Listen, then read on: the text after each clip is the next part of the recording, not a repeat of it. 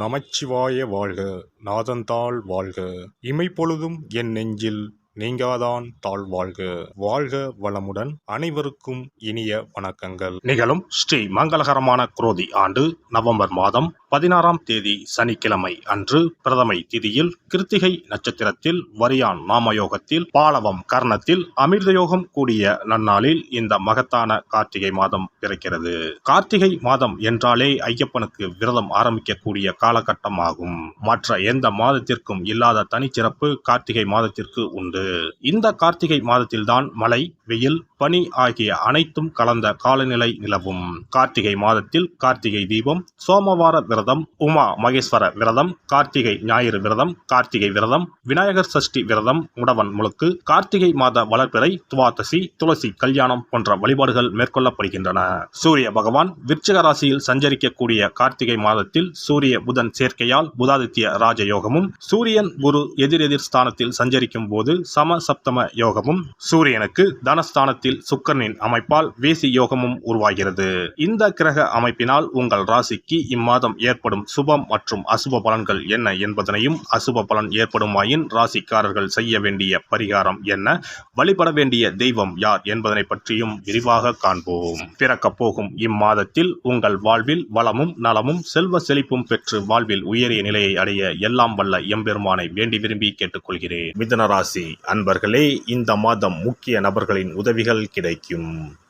தன்னம்பிக்கை அதிகரிக்கும். விடாமுயற்சியுடன் ஈடுபட்டு காரியங்களில் வெற்றி பெறுவீர்கள். விருப்பங்கள் கைகூடும்.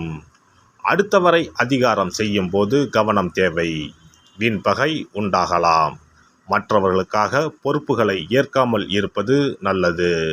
வீண் அலைச்சல் உண்டாகலாம். தொழில் வியாபாரம் முன்னேற்ற பாதையில் செல்லும். அரசாங்கம் தொடர்பான பணிகளில் சாதகமான போக்கு காணப்படும். எதிர்பார்த்த லாபம் கிடைக்கும். உத்தியோகத்தில் இருப்பவர்களுக்கு பொறுப்புகள் கூடும். திறமை வெளிப்படும். வேலை தேடுபவர்களுக்கு நல்ல வேலை கிடைக்கும்.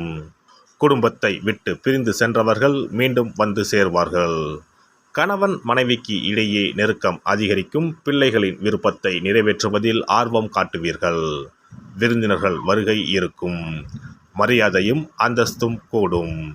பெண்களை பொறுத்தவரை இம்மாதம் விடாமுயற்சியுடன் காரியங்களை செய்து சாதகமான பலன் பெறுவீர்கள். பணவரத்து திருப்தி தரும். கலைத்துறையினருக்கு வாக்கு வன்மையால் எல்லா நன்மைகளும் கிடைக்கப் பெறுவீர்கள். பணவரவு மன திருப்தியை தரும். புதிய நபர்களின் அறிமுகமும் அவர்களது நட்பும் கிடைக்கப் பெறுவீர்கள். எதிலும் முன்னேற்றம் காணப்படும். அரசியல் துறையினருக்கு நீண்ட நாட்களாக இழுபறியாக இருந்த காரியங்கள் சாதகமாக நடந்து முடியும். வாகனங்களை பயன்படுத்தும் போது கவனம் தேவை. தொழில் வியாபாரத்தில் எதிர்பார்த்த வெற்றிகள் கிடைக்கும். நிதி நிலைமை சீர்படும். மாணவர்களுக்கு கல்வியில் இருந்த தடைகள் நீங்கும். எதிலும் முழு முயற்சியுடன் ஈடுபடுவீர்கள். நட்சத்திர பலன்கள் மிருகசிரிசம் 3-4 பாதங்கள். இந்த மாதம் உங்களது கருத்துக்கு சிலர் மாற்று கருத்து கூறலாம். எதிர்த்து பேசாமல் அமைதியாக இருப்பது நல்லது. மாணவர்கள் எவ்வளவு திறமையாக படித்தாலும் படிக்கும் பாடங்கள் கடினமானவை போல தோன்றும். மனதை தளர விடாமல் படிப்பது வெற்றியை தரும். திருவாதிரை நட்சத்திரம். இந்த மாதம் அடுத்தவருடன் ஏற்படும் பிரச்சனைகளிலும் வாக்குவாதத்திலும் வெற்றியே கிடைக்கும். பணவரத்து கூடும். ஆனால் எந்த காரியத்தில் ஈடுபட்டாலும் அடுத்தவரை நம்புவதில் எச்சரிக்கை தேவை. உங்களுக்கு மிகவும் வேண்டியவர் உங்களை விட்டு விலகிச் செல்லலாம். மாற்று மதத்தினரின் உதவிகள் கிடைக்கும். புனர்பூசம் 1-2-3 பாதங்கள். இந்த மாதம் தொழில் வியாபாரத்தில் எதிர்பார்த்த பணவரவு இருக்கும். போட்டிகள் குறையும். புதிய முயற்சிகளில் ஈடுபட தோன்றும். உத்தியோகத்தில் இருப்பவர்கள் செய்யும் பணிகள் திருப்திகரமாக நடந்து முடியும். எதிர்பார்த்த இடமாற்றம் வரலாம். ரங்கநாதரை வணங்கி வர துன்பங்கள் விலகி இன்பங்கள் இல்லம் தேடி வரும். சிறப்பு தொகுப்பு.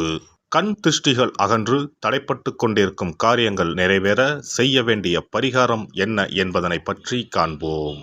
வாழ்க்கையில் நல்ல நிலையில் இருந்தவர்கள் கூட திடீரென்று பொருளாதாரம் இழந்து மன கஷ்டங்களுடன் வாழும் நிலை ஏற்படும். இந்த நிலை எதனால் ஏற்பட்டது என்று ஆராய்ந்து பார்த்தால் பெரும்பாலும் அவர்களின் மீதான கண் திருஷ்டிதான் காரணமாக இருக்கும். கல்லடி பட்டாலும் கண்ணடி படக்கூடாது என்று சொல்வார்கள் அல்லவா, அது உண்மைதான். இது போன்ற பிறரின் பொறாமை கொண்ட கண் திருஷ்டியினால் பலரின் வாழ்க்கை சிரமத்திற்கு ஆளாக நேரிடும். இது போன்ற கண் திருஷ்டிகளிலிருந்து எப்படி தப்பிப்பது? இருக்கவே இருக்கிறது எளிதாக கிடைக்கும் ஊமத்தஞ்செடி. தெய்வ சக்தி நிறைந்த செடியாக கருதப்படும் ஊமத்தஞ்செடியின் காய், பூ, இலைகள் என அனைத்தும் தீய சக்திகள் விரட்ட பரிகாரத்துக்கு பயன்படுகிறது. பொதுவாக ஊமத்தம் காய்க்கு கெடுதலை அகற்றக்கூடிய சக்தி உண்டு.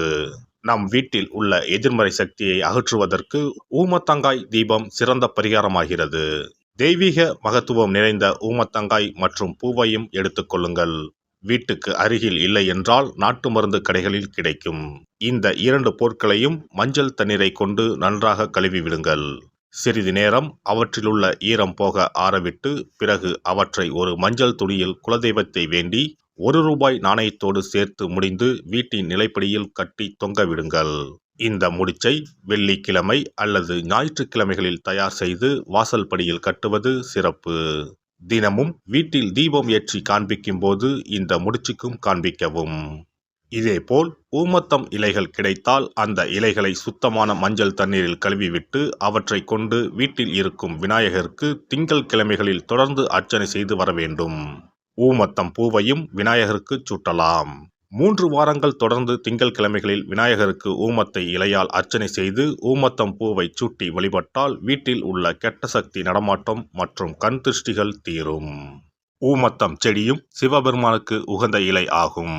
இந்த ஊமத்தங்காய் வைத்து சிவபெருமானுக்கு தீபம் ஏற்றி வழிபடுவதன் மூலம் நமது பிரச்சனைகளில் இருந்து எளிதாக விடுபட முடியும்.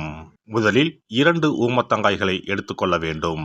அவற்றின் மீது முட்கள் இருப்பதால் மிகவும் கவனமாக கையாள வேண்டும். ஊமத்தங்காயின் காம்பு பகுதிகளை வெட்டி கொண்டு கத்தியை பயன்படுத்தி ஊமத்தங்காயின் உள்ளே இருக்கும் விதை பகுதியை முழுவதுமாக நீக்கிவிட வேண்டும்.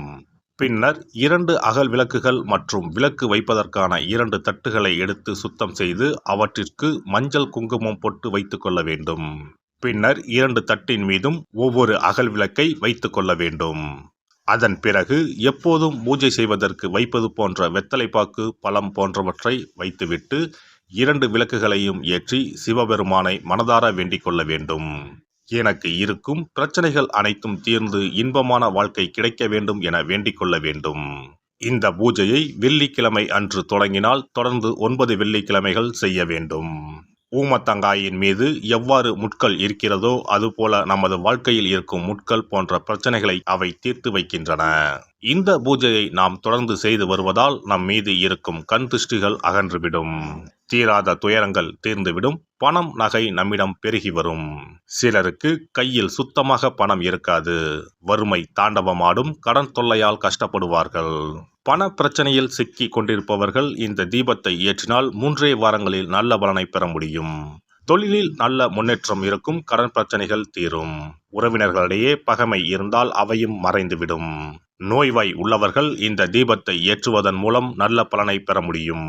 பொதுவாகவே எந்த பரிகாரம் என்றாலும் அதை முழு நம்பிக்கையுடன் செய்தால் மட்டுமே முழு பலன் கிடைக்கும் என்பதை நினைவில் கொள்ளுங்கள். எல்லாம் வல்ல இறையருளால் நீங்களும் உங்கள் அன்பு குடும்பமும் உடல் நலம், நீலாயுள், நிறை செல்வம், உயர் புகழ், மெய்ஞானம் ஓங்கி வாழ்க வளமுடன். இந்த வீடியோ பதிவு உங்களுக்கு பிடித்திருந்தால் லைக் பண்ணுங்க, கமெண்ட் பண்ணுங்க, ஷேர் பண்ணுங்க. மறக்காம சப்ஸ்கிரைப் பண்ணுங்க. பக்கத்துல இருக்கிற பெல் பட்டனை கிளிக் பண்ணுங்க. நன்றி, வணக்கம். ஓம் நமச்சிவாய. சிவாய